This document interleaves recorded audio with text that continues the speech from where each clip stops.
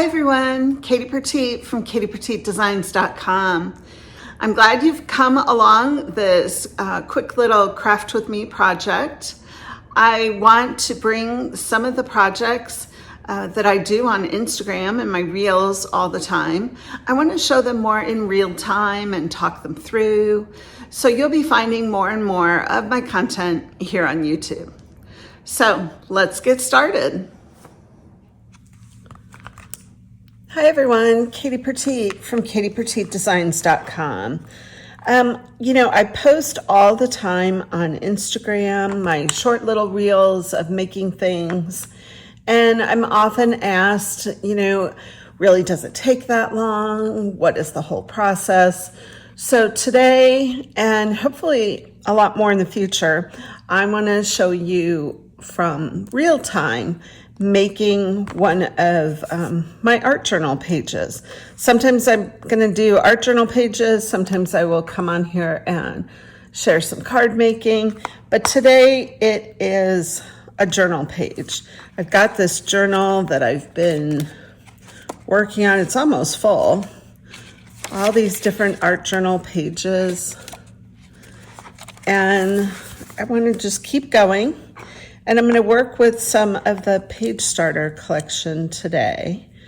And ripe persimmon, is that how you pronounce it? Wait, yeah, persimmon is one of my favorite oxides. It looks really bright and orange, but generally it doesn't go on quite so bright, or I should say it dries nice. And watch, I'll take it back. This looks more like tangerine, not the soft that I remember. And I'm just gonna I'm dabbing, because this pops up, you gotta kind of push for the center.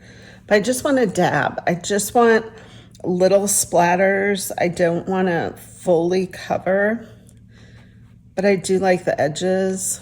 And I see how I've really concentrated 1, 2, 3 sides, and then that kind of anchors it all together. And then I need to grab a paper towel and clean this off. See, you wouldn't see any of this on the Instagram reels. I would just snip all of that right out and move on. And the other thing is to dry. So here we go.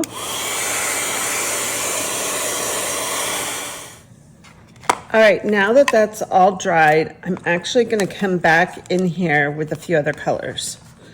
So I'm gonna start with some crushed olive. And for me, the starting of art journal is the color and the texture in the foundation.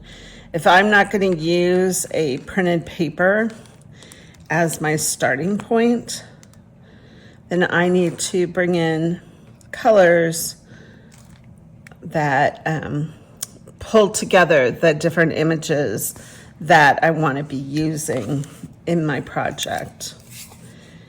And crushed olive, and I'm thinking, broken china's a little strong. Let me go tumbled glass on this one, and we'll see if that picks up the blue. I'm going to be using some of the page starters. I might start to use some of Hidden Creek as well. But, largely my new products with Arden Creative Studio. Okay, so it's time to dry again. Okay, the crushed olive is all dry. So I want to come back with some of this tumbled glass and add a little blue to this too. I'm just giving it a little spritz with water, just plain old water. And you can see, because I am using oxides, they are reacting when they get wet again. So they are blending in with the other colors. And because this is an uneven surface, that's a little trickier to get it to adhere. All right, one last time with the drawing.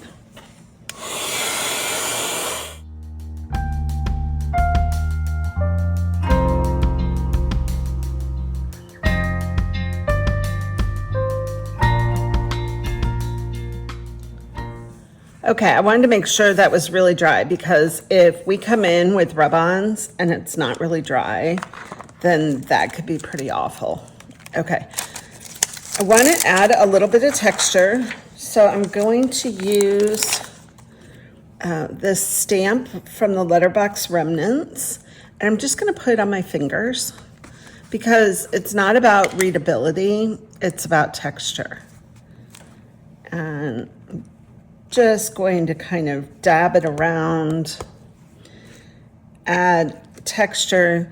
You see, I like to kind of go in a triangle, an angle, keep it balanced, see what I can bring into my project, and, you know, almost create like an abstract itself in just the background. I mean, I kind of dig just the painted background abstract we've got going on here, but it's going to take it further and add some rub-ons to this after I clean up my mess.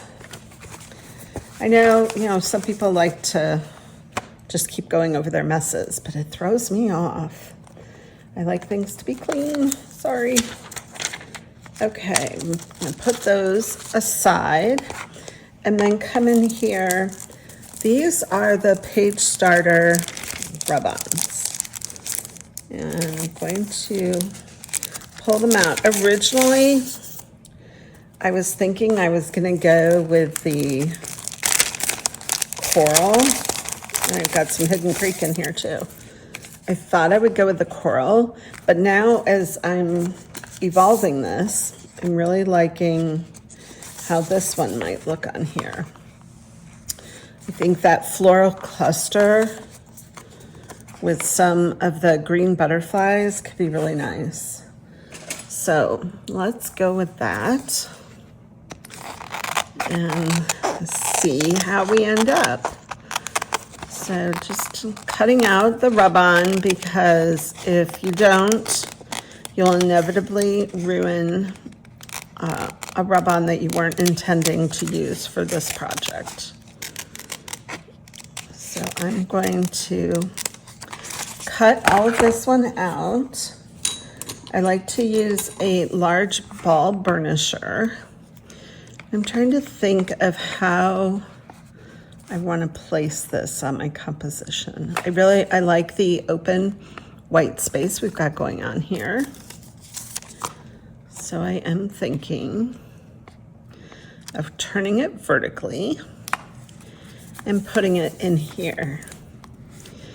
I like the deep blues and the contrast that brings to the composition. I could have gone in here with some white paint to kind of soften it back, but I'm liking the abstract vibe, and I think this rub-on is just going to continue to add to that vibe. All right.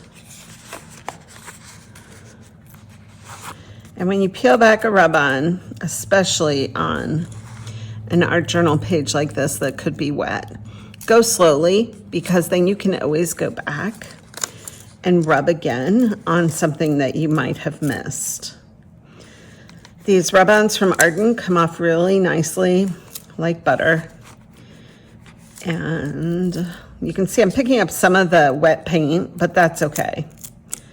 Just making sure the whole transfer goes down, and it did.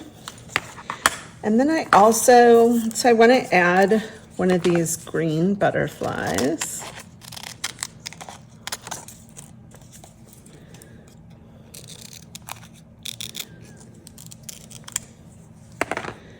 I'm just going to cut it out And if capable here, I will separate it from the background. And I am going to put this down into that white space. And just rub it really good. I like the large ball burnishers, and I'll link this one down below, but there are lots on the market. But they don't seem to dent or ruin your page or your rub-ons. And they give a large area coverage, so that's why I find those to be good. Okay, there we go. That came out nicely. So we've got the cluster on here. We've got the butterfly. Now I want to add a sentiment. Now, generally, when I design these rub-on sheets with the small words, I do so thinking about file tabs and journaling cards and different ways that these would be used, but they can also be used in art journaling. So I'm going to cut, let's see, I'm going to go with delighted. I think I'm going to pick a few words and scatter them across the page.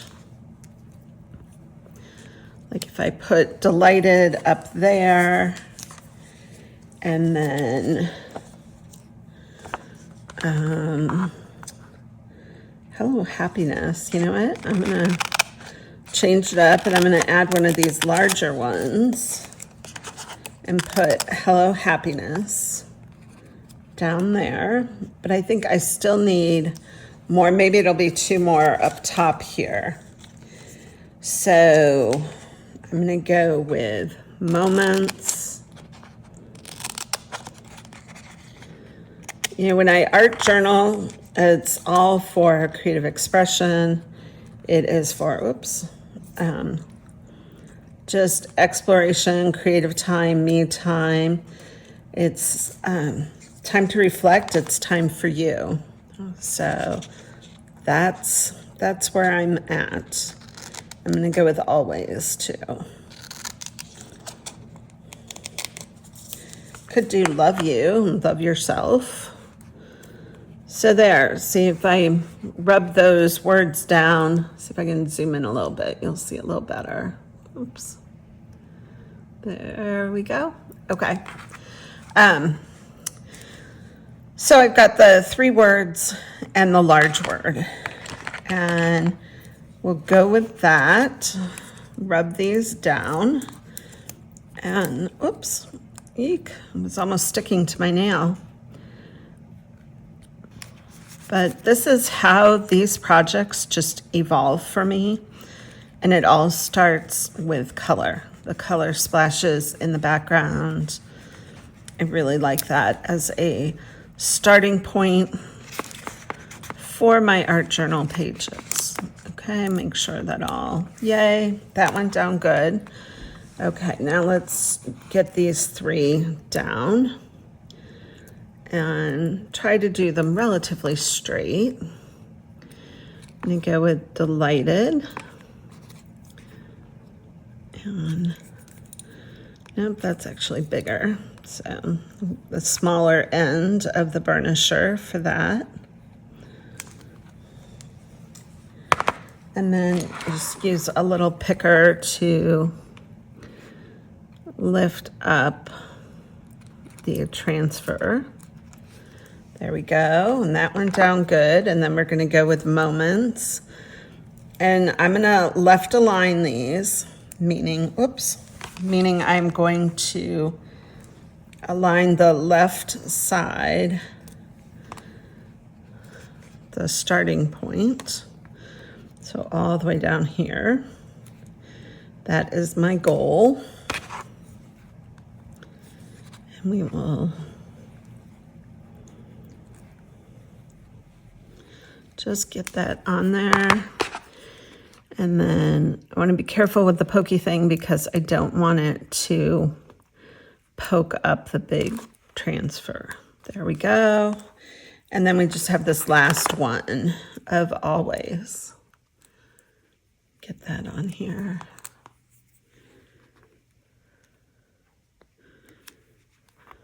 And I'm not measuring. It's not about being perfect. This isn't something I'm framing on the wall. This is a creative exploration. And for me, as a designer, doing this kind of stuff helps me. Whoa, that one flicked across the studio. It helps me know what I like, what I need to make more of in my next collections and stuff like that. And for you, it's about creativity and self-discovery. So I'm going to finish it off with some splatters. I like these watercolor crayons. I ink them up really good, and then I just flick. Sometimes it works better than others. I don't think I use this black one very much, so it's not like kind of waxy maybe on the surface. It doesn't get going right away. There we go.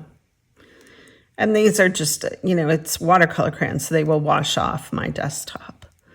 So I'm not going to worry too much. There. And that completes this art journal page from start to finish. So thank you for following along. Thank you for joining me here on my channel. And remember, if you like what you saw, be sure to like and subscribe. And I will list products used below. And if you have any questions, feel free to ask those below, and I always come back and do my best to answer questions. All right, thanks again for joining me. Happy crafting.